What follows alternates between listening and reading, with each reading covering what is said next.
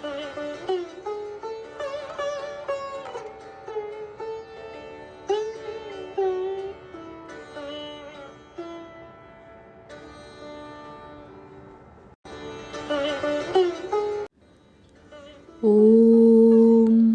यथाग्निर्दाहिका शक्ति रामकृष्णे स्थिता हिया सर्वविद्यास्वरूपां तां शारदां প্রণমাম্যহম।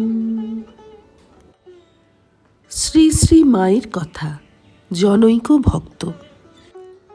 সেই দিন দুপুরবেলা মা আমাকে ভিতরে ডাকাইয়া বলিলেন, এ চিঠিগুলি খুলে পড়ো, দেখি কি সংবাদ আছে। আমি চিঠিগুলি পড়িলাম। তন্মধ্যে একখানির কথা বিশেষ মনে আছে। বাগবাজার মঠ হইতে আসিয়াছে এই মর্মে লেখা ছিল যে, পূজনীয় শশী মহারাজ শ্রী শ্রী মাকে একবার দেখিতে চান এবং মা তাহাকে যে চিকিৎসায় থাকিতে বলিবেন তিনি সেই চিকিৎসাতেই থাকিতে চান। মা চিঠি শুনিয়া বলিলেন, আমি আর কি চিকিৎসার কথা বলবো? শরৎ, রাখাল, বাবুরাম আছে, তারা পরামর্শ করে যেটি ভালো মনে করে তাই করুক।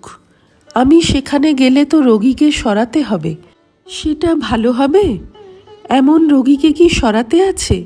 আমি যাব না। যদি শশীর কিছু ভালো মন্দ হয় তবে কি আমি সেখানে থাকতে পারবো? তুমি বুঝিয়ে লিখে দাও তো, আমি এজন্য যাব না। পরদিন প্রসাদ খাওয়ার পর বাড়ি হইতে রওনা হইবার জন্য বিদায় লইতে বাড়ির মধ্যে গিয়া দেখি মা তাহার ঘরের বারান্দায় পান সাজিতেছেন। আমাকে দেখিয়া জিজ্ঞাসা করিলেন, রঘুবীরকে প্রণাম করেছ? আমি বলিলাম, না মা। তাহাতে মা বলিলেন, এখানে এলে কিছু দিতে হয়, তুমি রঘুবীরকে প্রণাম করে কিছু প্রণামই দিও। তোমার কাছে যদি টাকা পয়সা না থাকে আমার কাছ থেকে নিও। আমি বলিলাম, না, আমার কাছে টাকা আছে। এই বলিয়া রঘুবীরকে প্রণাম করিয়া আসিলাম। বিদায় লইবার জন্য মাকে প্রণাম করিয়া উঠিতেছি, এমন সময় মা সহসা বলিয়া উঠিলেন, বৈকুণ্ঠ, আমায় ডাকিস। এই কথার পরমুহূর্তেই আবার বলিলেন, ঠাকুরকে ডেকো, ঠাকুরকে ডাকলেই সব হবে। এই সময় লক্ষ্মী দিদি সেখানে ছিলেন। তিনি বলিয়া উঠিলেন, না মা, এ কি কথা? এ তো বড় অন্যায়। ছেলেদের এমন করে ভুলালে তারা কি করবে? মা বলিলেন, কই, আমি কি করলুম? লক্ষ্মী দিদি, মা, তুমি এই মুহূর্তে বৈকুণ্ঠকে বললে আমায় ডাকিস, আবার বলছো ঠাকুরকে ডেকো। মা বলিলেন, ঠাকুরকে ডাকলেই তো সব হলো। তখন লক্ষ্মী দিদি মাকে বলিলেন, মা, এরকমভাবে ভুলানো তোমার অন্যায়। আর আমাকে বিশেষ করিয়া বলিলেন, দেখো বৈকুণ্ঠ, আমি আজ এই নতুন শুনলুম যে মা বলছেন আমায় ডেকো। তুমি এ কথা যেন ভুলো না। ঠাকুর আর কে? তুমি মাকেই ডেকো। তোমার বড় ভাগ্য যে মা নিজে তোমায় এ কথা বললেন।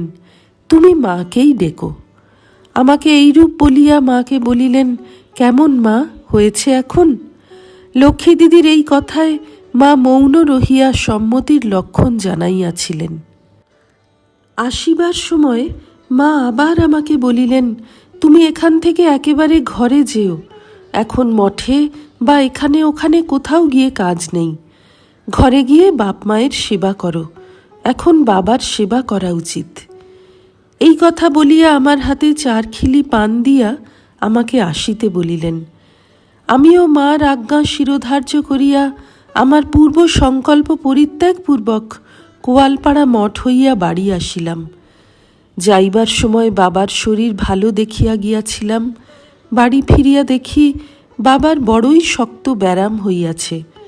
আমার পৌঁছিবার 6-7 দিন পরেই বাবা দেহরক্ষা করিলেন। শ্রী রামকৃষ্ণার্পণমস্তু।